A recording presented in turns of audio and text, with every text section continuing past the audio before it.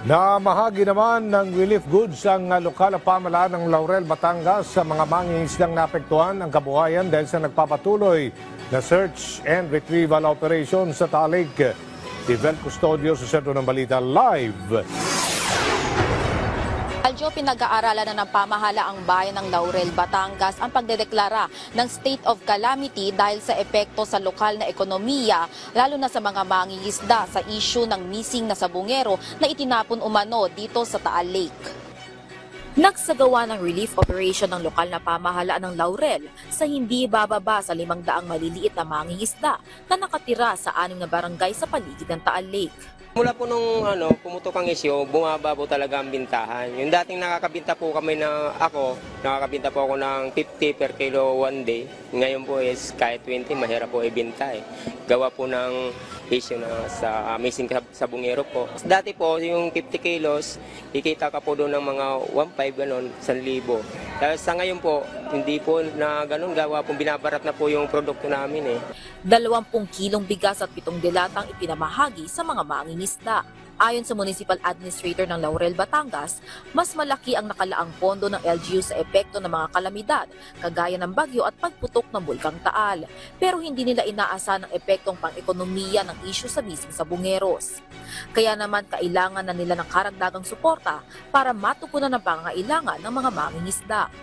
As of now ay pinag-aaralan po na kung idideklara po ang state of calamity sa lokal na pamahalaan. Nasa pag-aaral pa po ito sapagkat pinapakiramdaman pa rin po natin ang economic status ng ating bayan. Dahil po sa mga sa nagaganap na pagbaba ng sales ng ating mga tilapia at bangus dito sa ating bayan. Kaya patuloy po na mananawagan ang lokal na pamahalaan sa ating national government, especially sa Departamento po ng Agrikultura upang tayo po'y matulungan. Nagbigay naman ng livelihood program ang LGU para sa mga maliliit na mangingisda na apektado sa matumal na benta. Nilinaw naman ng LGU na cultured o pinapakain ng commercial feeds ang mga isda sa Taal Lake, kaya safe for human consumption ito. Samantala, patuloy ang paghahanap ng Philippine Coast Guard at PNP Maritime Group sa mga katawan ng nawawalang sabungero na di umano'y itinapon sa lawa ng Taal. Gumamit na ang PCG ng Remotely Operated Vehicle o ROV na nakatutulong upang mapalawak ang area ng paghahanap mula 100 by 100 square meters, ngayon ay 300 by 300 square meters na ang search area.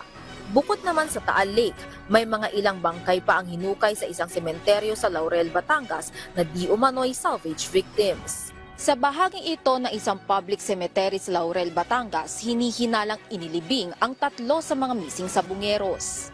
Ayon sa sepulturero, posibleng sa iba't ibang lugar sa Batangas at sa magkakaibang panahon inilibing ang mga bangkay umano ng sabungero. Dinala muna sa Philippine National Police Forensic Group ang mga nahukay na lapi para sa processing. Humingi na ng tulong ng Department of Justice sa Japanese Embassy para sa karagdagang assistance at gamit para sa DNA matching. Aljo, dahil hindi naman maulan ngayon ay tuloy pa rin ang diving para sa paghahanap sa mga buto ng missing sabungero sa umano'y itinapon dito sa Taal Lake. Sa ngayon, sa mga oras na ito ay wala pang nare-retrieve na mga buto. Balik sa iyo, Aljo. Maraming salamat, Vel Custodio.